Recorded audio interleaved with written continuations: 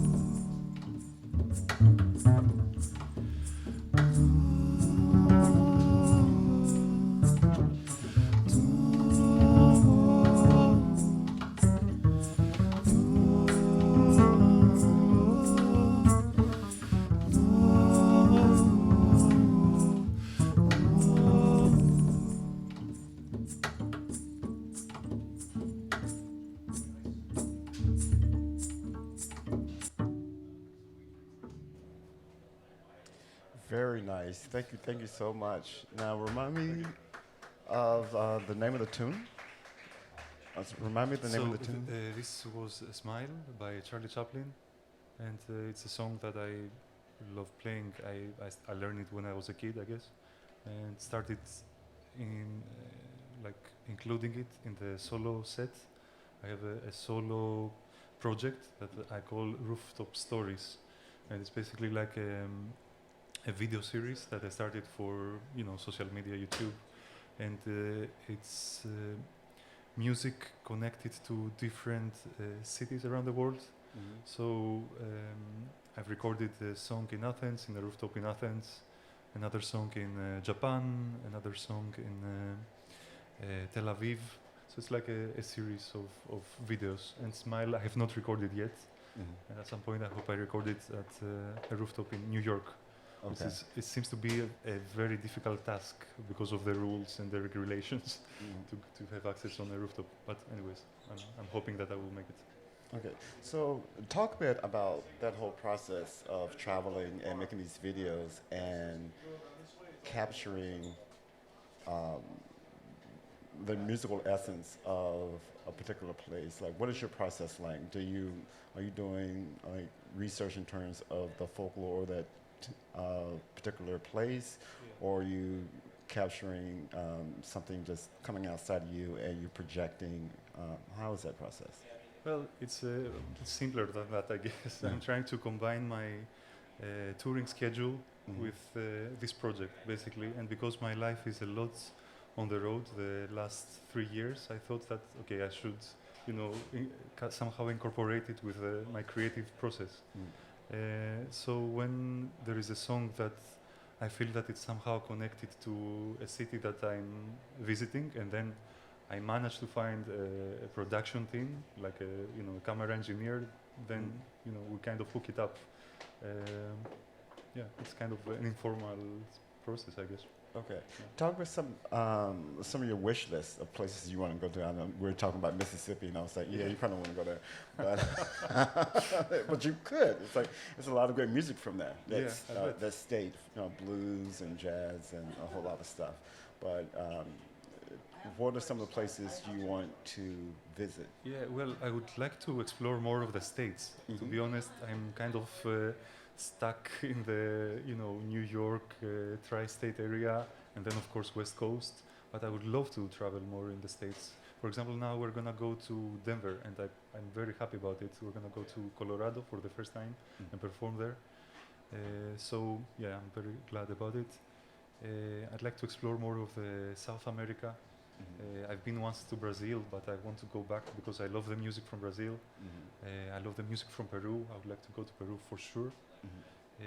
Asia, I've never been to India, unfortunately, although I'm a fan of Indian music. Australia, I would like to go. I hope it still exists, because it's really sad what is going on in Australia right now. Yeah, many places.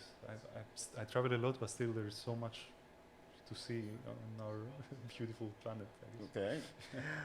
It was interesting also that he has such a beautiful, the song was so beautiful and it was so full, and it was also all coming from the solo place in terms of your manipulation of electronic loops.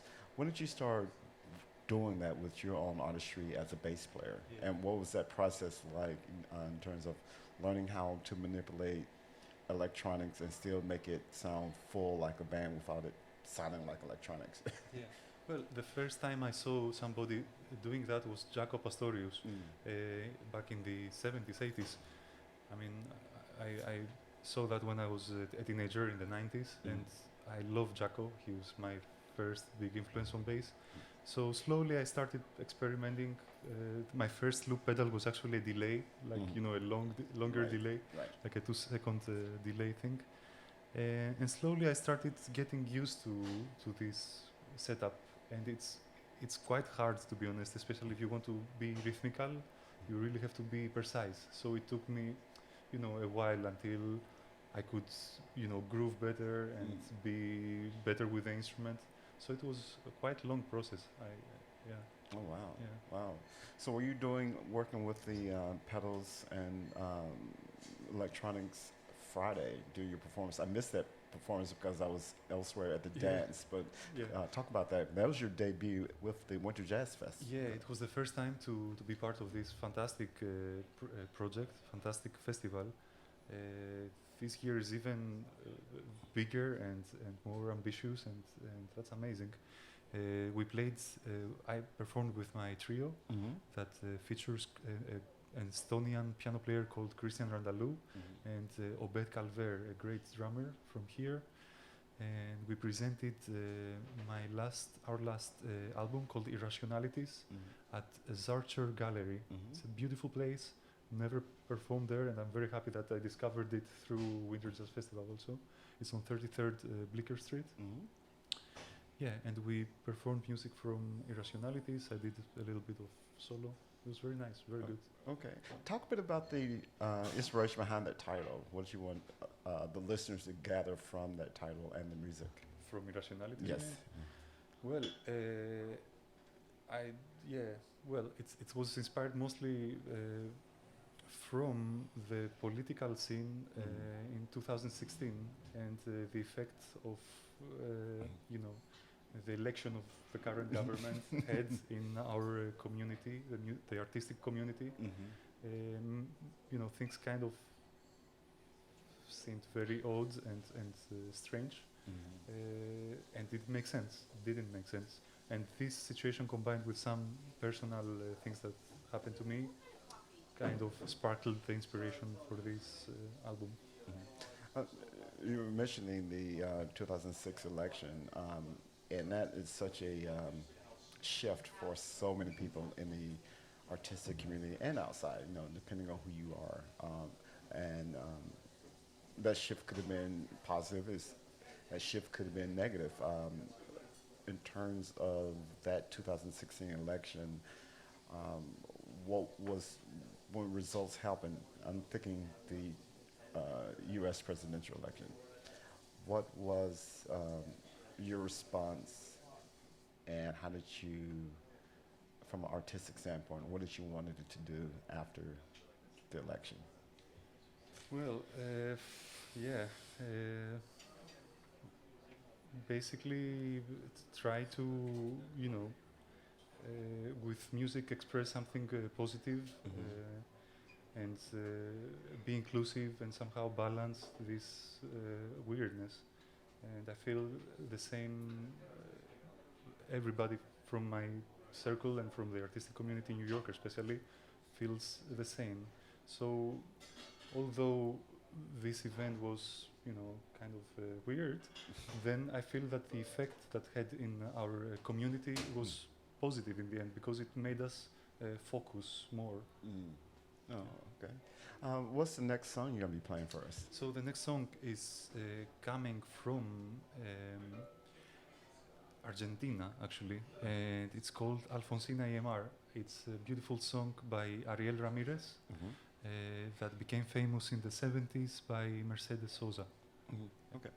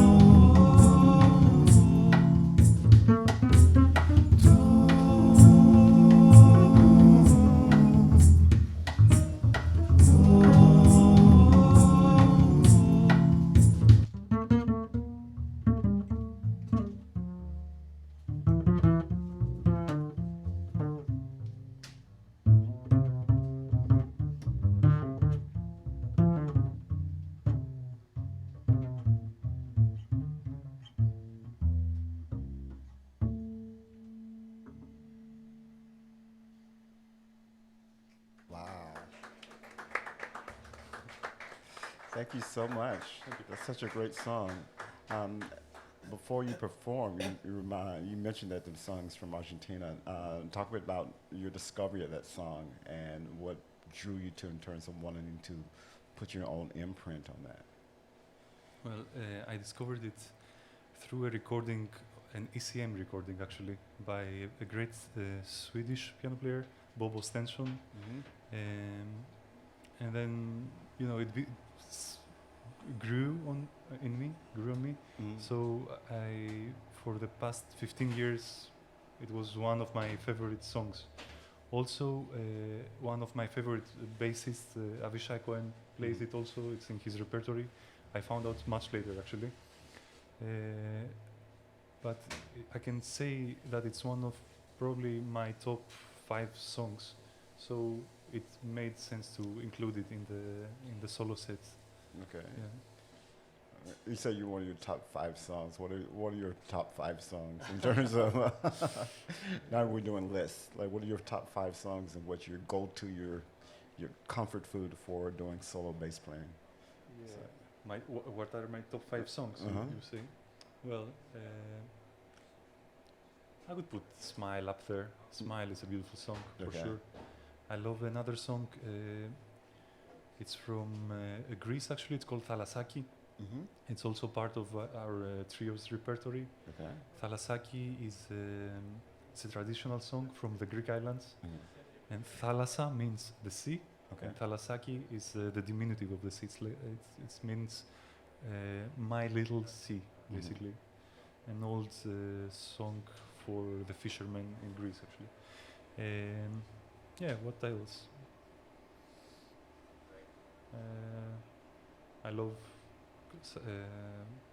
Debussy. I love La Mer, for example, from Debussy. It's not a song; it's like a classical piece, but it's up there as well.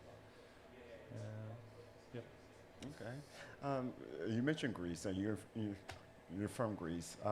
Let's talk a bit about growing up there and getting the jazz bug. Like, how did you start listening to? Was it jazz or was it classical music? How did that become part of your artistic voice?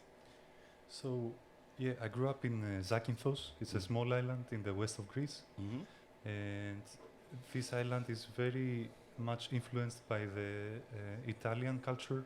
It used to be under Venetian, let's say, occupation for many years. So there is a very strong musical tradition that it's more connected to the west than the east, like the rest of Greece. The rest of Greece is more, I would say, Turkish tradition, like Middle Eastern vibe. For some reason, for the reason I explained, Zakynthos is more musical tradition is very Western. So I grew up in a very musical environment. Slowly, I started singing and getting into, playing the mandolin or the guitar. Started playing the piano, and eventually, when I was a teenager, I started getting into, Weather Report, Jaco Pastorius. The piano teacher I had at the moment was a jazz aficionado, so she started giving me recordings by Chick Corea, Weather Report, as I said. So slowly, I transitioned from the classical world to the jazz world. Now, did you know early on that you wanted to be a professional musician, or was it like a moment of truth in which it's like, I can't do anything else other than do this and make my way to New York?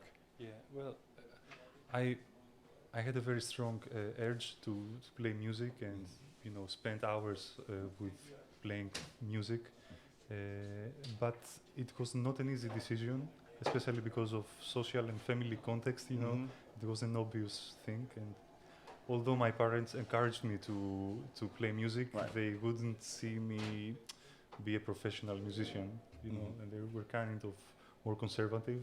So I started, when I left from Zakynthos to go to Athens, I was studying at the Polytechnic school, but I could not combine the two things. I could not. Actually, I felt very guilty that I would not commit to music 100%. at some point I said, okay, music should be, it's already the center of my life, so I may as well pursue a career out of it. And we were talking earlier, I think, remind me if I'm incorrect, you made your way to New York in 2007. What was that journey like? I know you're playing a lot in Canal Street, correct? Yeah. How did you make your way to New York, and how did you make your way into the scene here? The first step from Athens was Amsterdam, so I spent 3 years in Amsterdam before coming to New York. So coming from Greece, my English were horrible, so Amsterdam was kind of a in-between stage to get more accustomed to a foreign environment, I guess. And then as a jazz student, New York was always a place that I wanted to experience. And eventually in 2007, I came here. I didn't know anybody.